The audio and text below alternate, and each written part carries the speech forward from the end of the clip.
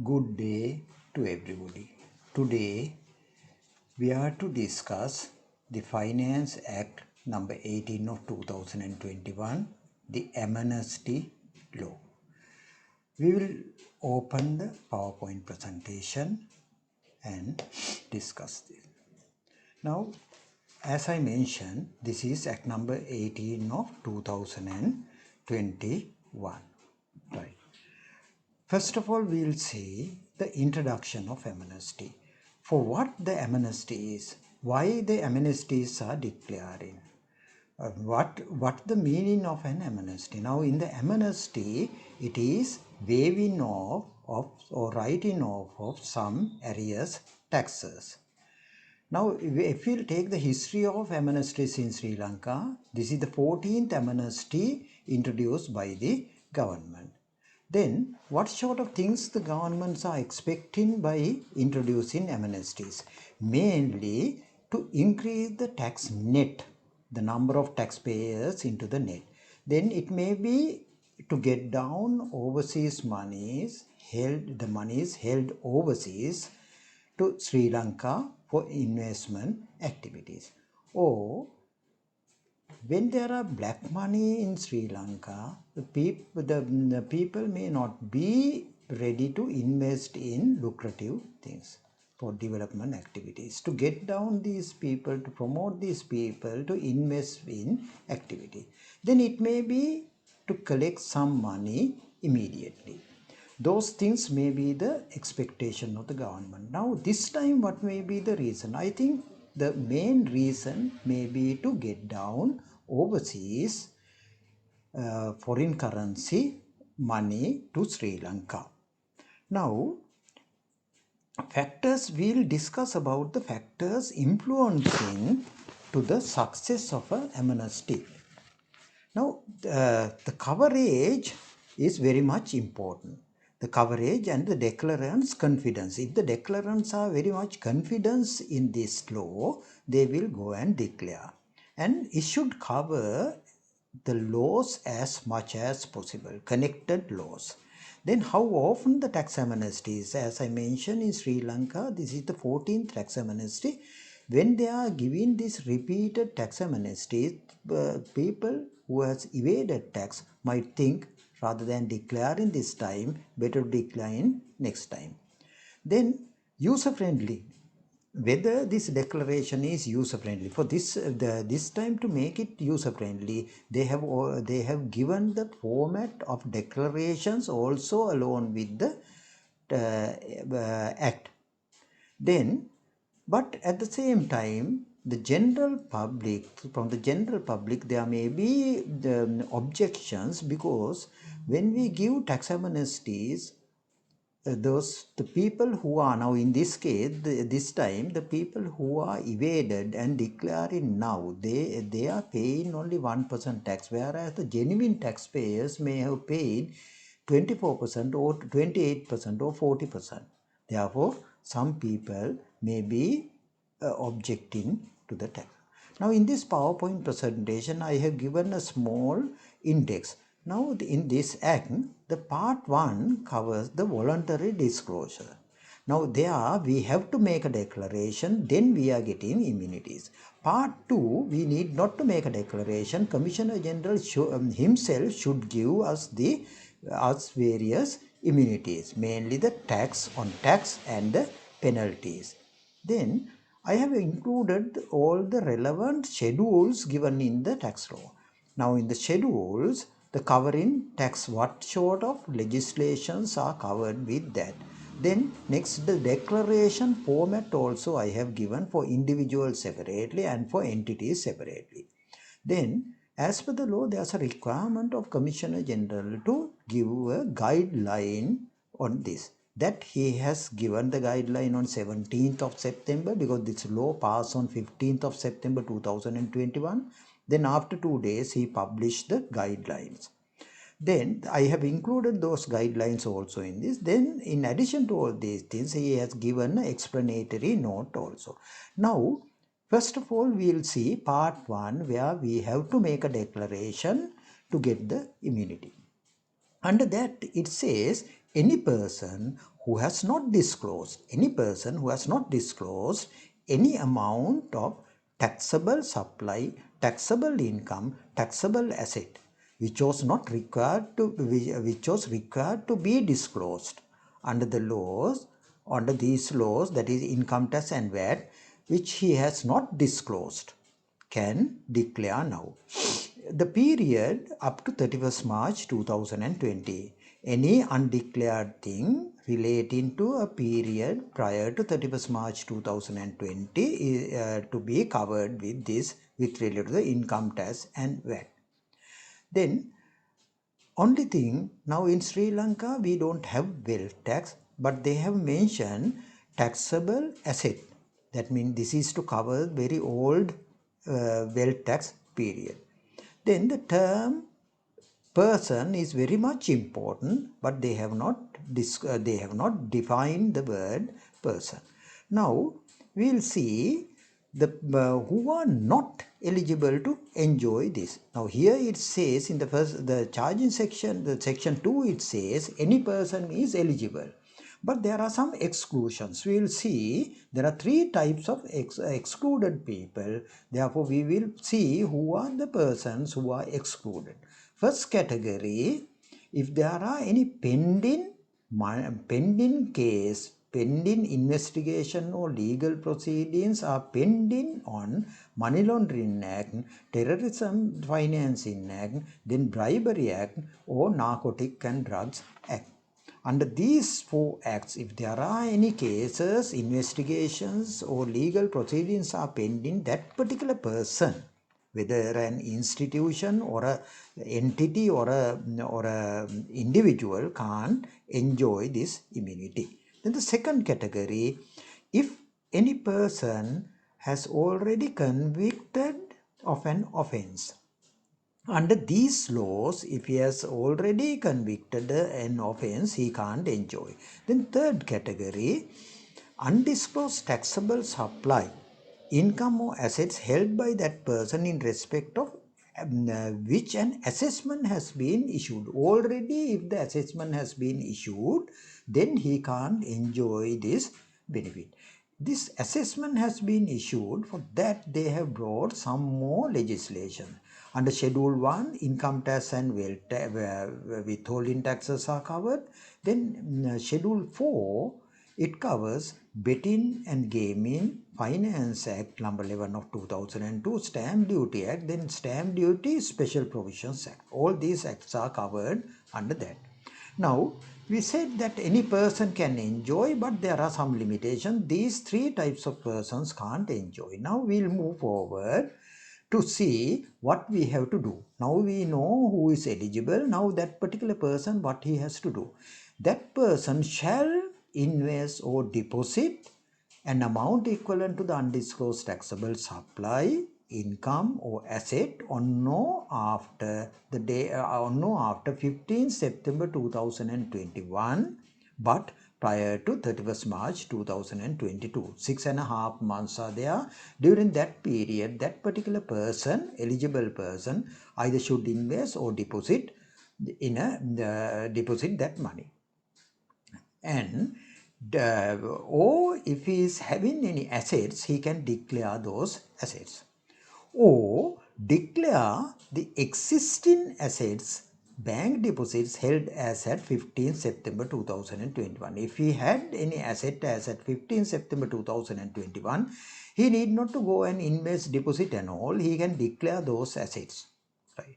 That means this particular person, either he should invest or deposit, or if he is declaring his own assets, he can declare those assets. Accordingly, 3 options are available. Now, when we see this, there are 3 options. The investment or deposit, there you have to either purchase or invest in any company shares in Sri Lanka, any resident company shares, even private companies are covered. Then treasury bills or treasury bonds, then any quoted debt securities, then any movable or immovable property in Sri Lanka. Under this, any movable or immovable property in Sri Lanka is covered.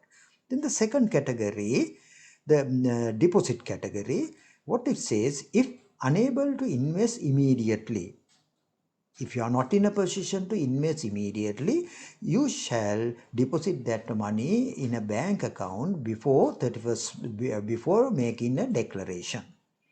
Right.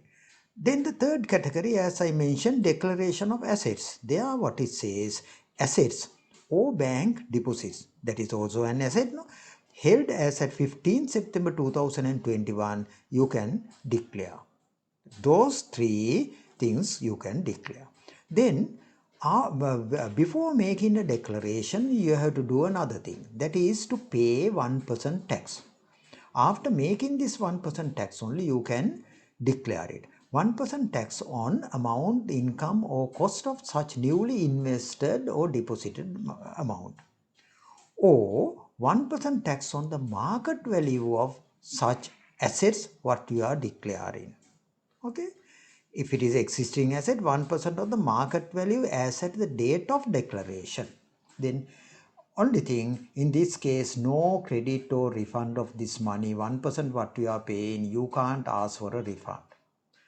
Now, then as per this law, Commissioner General should accept your declaration. Suppose he rejected your declaration, even then as per the law, you are not entitled to get back this 1%. Right. We'll move forward. Now, what you have to do? Now we know who is entitled, then what he has to do for the before the declaration, pay 1% tax. Then next step is submit a declaration. Before 31st March 2022, you have to make a declaration.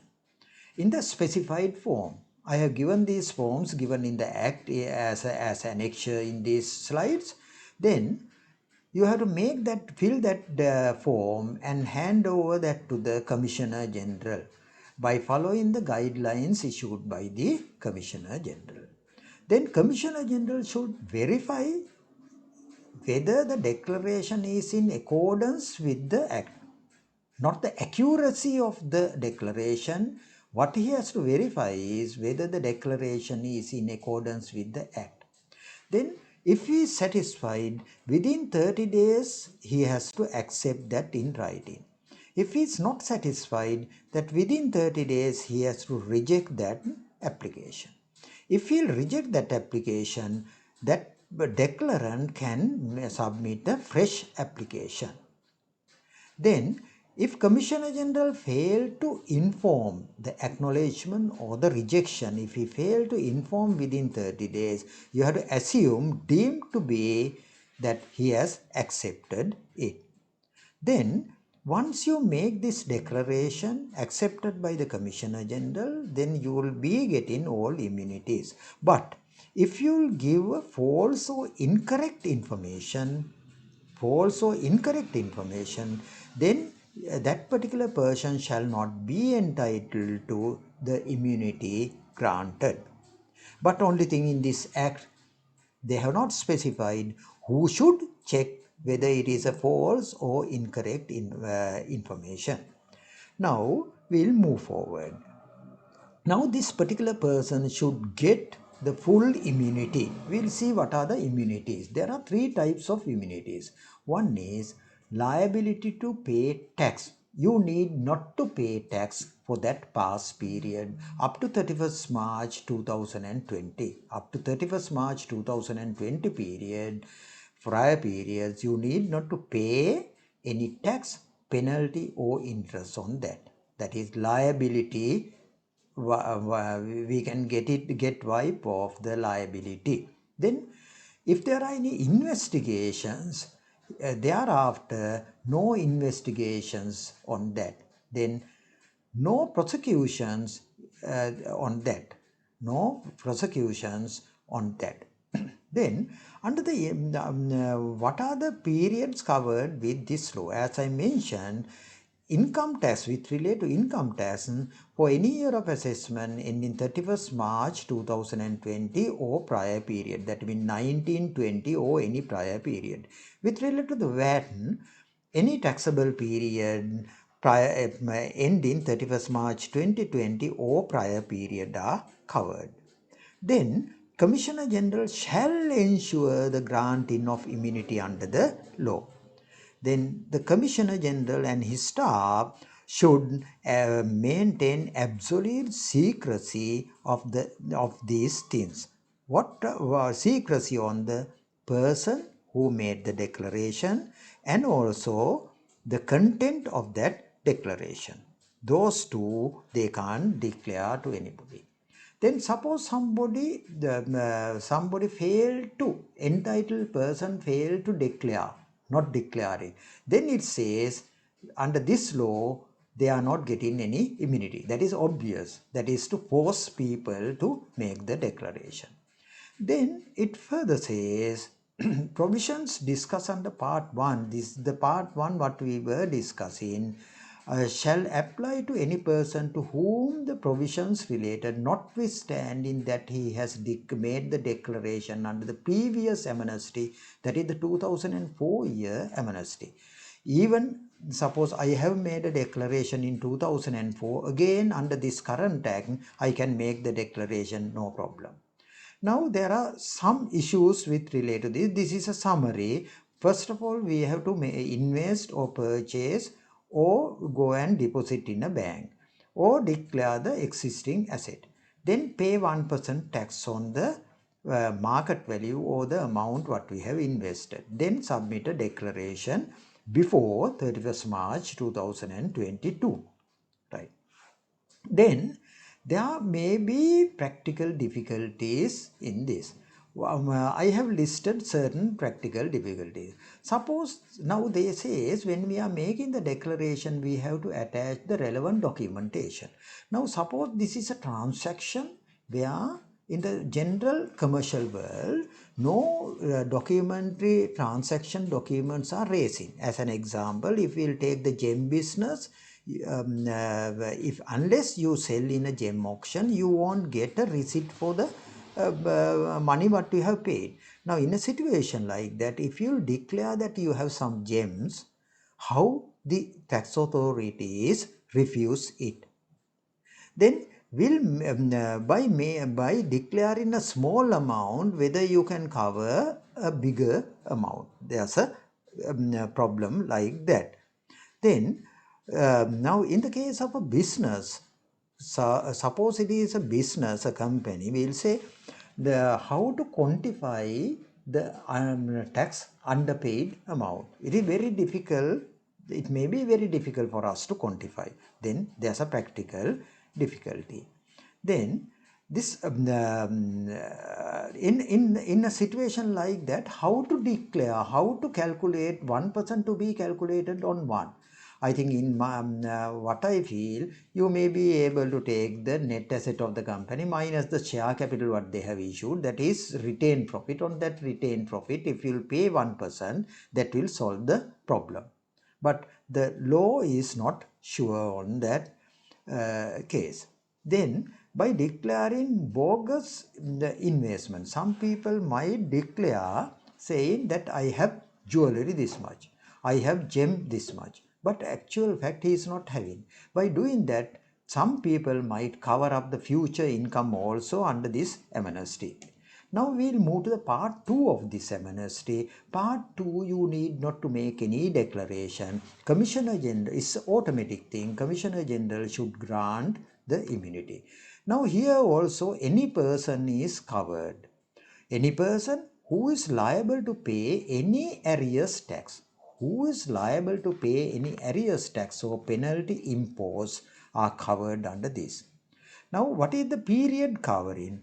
In the case of income tax, any year of assessment commencing prior to 1st April 2020, that means last year is 1920, any prior years covered. Then in the case of VAT, any period ending by 31st December 2020 or a prior period, both are covered.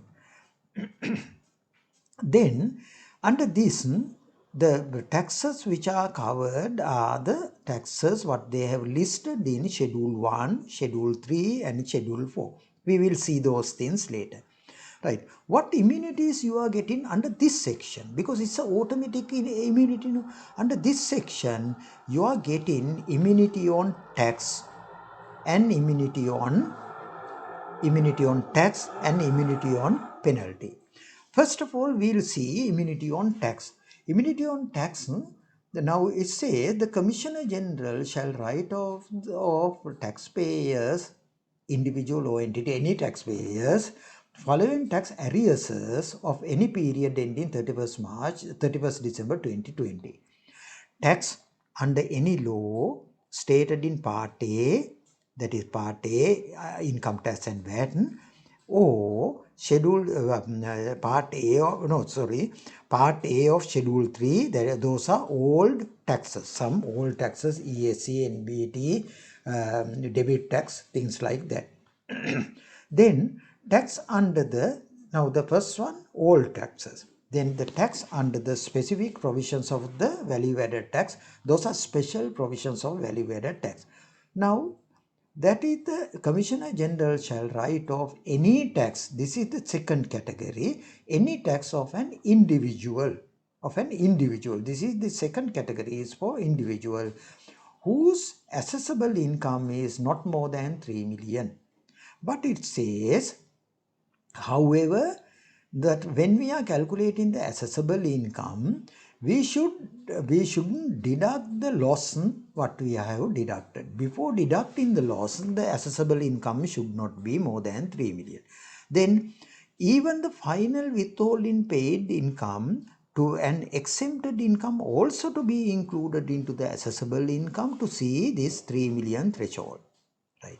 Then next, if this particular individual is running a business or a partnership, then that particular partnership's 2019-20 year turnover should not be more than 500 million. Next, assessable income includes, if the assessable income includes any betting and gaming income or business of liquor income, that particular person also can't enjoy. Except for these people, other people whose assessable income was less than 3 million for the 1920 can enjoy this. Now we'll move to next. The next thing, the earlier what we discussed is the tax amnesty, the immunity on tax. Now the immunity on penalty or interest. Under this, any penalty or interest of a person to be written off, those things under income tax, VAT, betting and gaming levy, Finance Act, stamp duty provisions, special provisions act. Under these acts, if there are any penalties or interest to be paid and the taxes also to be paid, if you will settle the tax amount, you will be getting the penalty or interest waived off. Then what you have to do, you have to settle the full tax amount on no before 31st March 2022. You have to settle the tax amount. Then whether that person is an entity or a individual can enjoy the immunity on penalty and interest. This tax period should be any period prior to 31st December 2020. Okay. Then following disputed tax arrears, if there are any disputed tax arrears, then there's a limitation. Following disputed tax arrears on assessment made in relation to a taxpayer under the provisions of any respective law specified in Schedule 1 or Schedule 3 hereto shall not be written off. Those things shall not be written off. What are these disputed assessments? It says if there are any dispute in relation to any tax arrears where it was hearing stage. Now that means now if this case is in the hearing stage at the Tax Appeal Commission or in the courts, hearing stage, or the determination or judgment has already been given, then in those two cases you can't enjoy the tax immunity. Now in this case there's an error in the English term, therefore I have taken the singular term. Right. Then pending tax refunds. If there are any tax refunds pending, then the Commissioner General won't set off the entire arrears. What they do, they set off the penalty and interest arrears against the pending refund due. Any balance he will write off. Then if we want to, we can object for that. If we'll object it, that means we have to make the tax payment, get the refund separately, make the tax payment and get the tax arrears, the interest and penalty waive off. That is what it says. Then at the same time, now certain people, now under this, certain persons may not be in a position to settle the tax immediately. Now in a situation like that, because you don't have that much of money to settle immediately, then you can negotiate with the Commissioner General and arrange a payment plan. Then even you arrange a payment plan, you will be covered with the amnesty, and you will be getting immunity. Now these are the laws covered under this, under Schedule 1, income taxes and VAT. Under Schedule 2, as I mentioned, money laundering, terrorist financing, bribery, then narcotic drugs acts. Those are covered. Those four are covered. Then Schedule number 4, I have given the 3 in the next page. Schedule number 4, Betting and Gaming Levy, Finance Act number 11 of 2002, Stamp Duty Act 43 of 1982, and Stamp Duty Special Provisions Act. Those are covered. Then we will see schedule number 3. Schedule number 3, as I mentioned, all these are very old taxes. Wealth tax, gift tax, turnover tax, various surcharges, NBT, Save the Nation contribution, GST, then debit tax, SRL, ESC, then NBT, then economic service charge, things like that. They have covered a lot of things. NBT as well as National Security Levy also there. Then the part 3, the schedule 3, there are two parts. Schedule 3A, these are the items. Then schedule 3B, those are those optional VAT. I said that there are certain special VATs. Those are the items what they have covered. Optional VAT, what you have calculated, that is under section 25H of the VAT law. Then VAT advance payment under section 26A of the VAT law. Those are the laws covered with that. Now I have in these slides, I have given the declaration format. This is the declaration format given in the act by individuals.